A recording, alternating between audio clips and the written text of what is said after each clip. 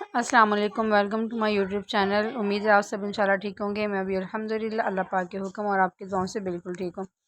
अच्छा जी, वीडियो के शुरू में ही आप देख रहे होंगे कितने सारे लीमू पड़े हैं, कहाँ से आए हैं, क्या कर रही हूँ मैं इनका। बेसिकली हमारे खेतों से आए हैं। कुछ भी ऐसी यानी कि सब्ज़ी जो कि थोड़ी इस तरह से ज़्यादा क्वांटिटी में आ जाती है तो यानी कि खेतों में से ही आती है। कोई भी सब्ज़ी भी आ गई थी पहले, यानी कि भिंडियाँ भी आई थी, लहसुन या कि प्याज, इस तरह से ये चीज़ें भी आई थी। और लीमू भी वक्तन फ़वक्तन आते रहते हैं। तो ये पहले भी मैंने ना इनका जूस निकाल के नहीं रखा था, कुछ गर्मी थी, ये सारे ना बिल्कुल खुश्क हो गए थे, फिर मुझे वो सारे गिराने पड़े।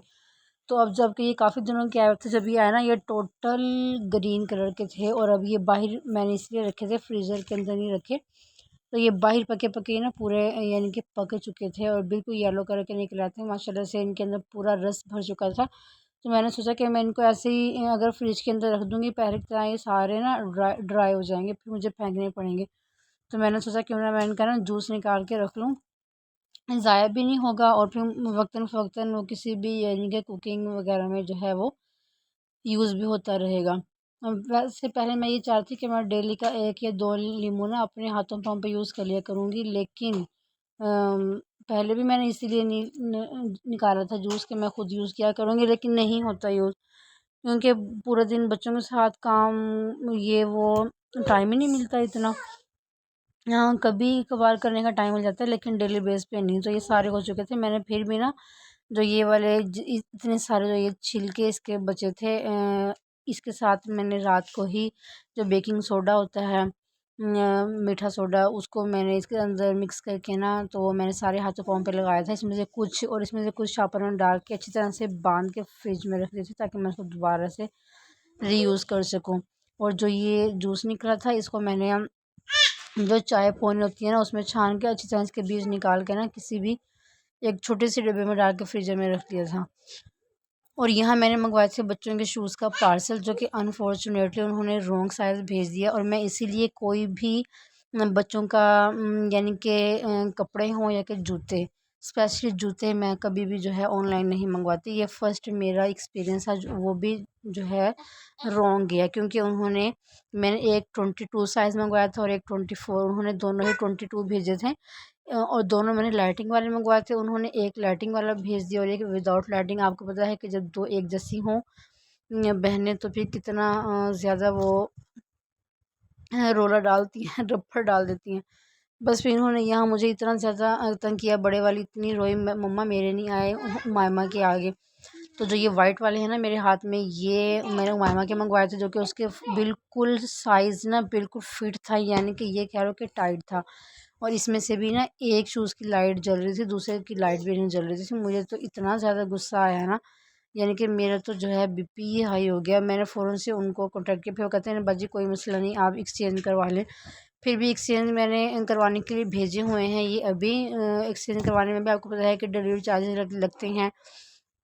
ये मैंने सेल में मंगवाए थे, इन पे यानी कि ऑफ़ लगा हुआ था ना, तो उन्होंने मुझे ये नहीं बताया कि इसकी लाइट जल रही है नहीं, हालांकि मैंने उन्हें बार बार बोला था कि जो है चेक करके भेजिएगा, लेकिन फिर भी आपको पता है कि जो ऑनलाइन होते हैं ना वो ऑनलाइन ही होता है। फर्स्ट मेरा एक्सपीरियंस था। मैंने बच्चों के कपड़े भी मंगवाए थे, वो ईद पे फ्रॉक्स वगैरह, वो तो साइज़ ठीक आ गए थे, उसमें तो बड़े छोटे के कोई ज़्यादा इतना इशू नहीं होता, क्योंकि मैं इनके कपड़े हों या जूते थोड़ा सा ना बड़ा साइज़ ही लेती हूँ। अपने भी मैंने जो है वो काफ़ी यानी कि ड्रेस ऐसे मीडियम साइज़ के ना बाय करती रहती हूँ, लेकिन शूज़ नहीं किए थे ऐसे। तो फिर मैंने दोबारा एक्सचेंज के लिए ये भेज दिया था और उन डिलीवरी चार्जेस खुद लगा के।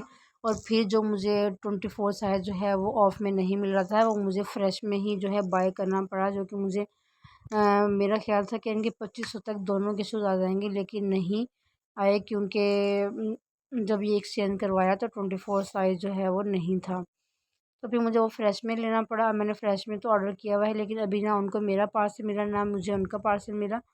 अल्लाह करे कि ये मिल जाए, क्योंकि ये नाम तो कोई अच्छा ही है, क्योंकि फेसबुक पे भी इनका पेज जो कि सेंसेशन एक्सेसरीज़ के नाम से था, आई थिंक काफ़ी उन पे फॉलोअर्स हैं, काफ़ी इनका अच्छा वो था, लेकिन मुझे नहीं पता कि ये रॉन्ग साइज़ भेज देंगे, ये होगा वो होगा।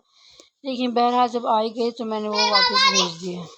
अच्छा फिर जी अभी यहाँ मैं निकाल रही थी बच्चों के गर्म कपड़े, क्योंकि अब मौसम चेंज हो रहा है तो मैं बच्चों के लॉन के कपड़े रख रही थी और जो है वो लीलन के कपड़े मैं निकाल रही थी।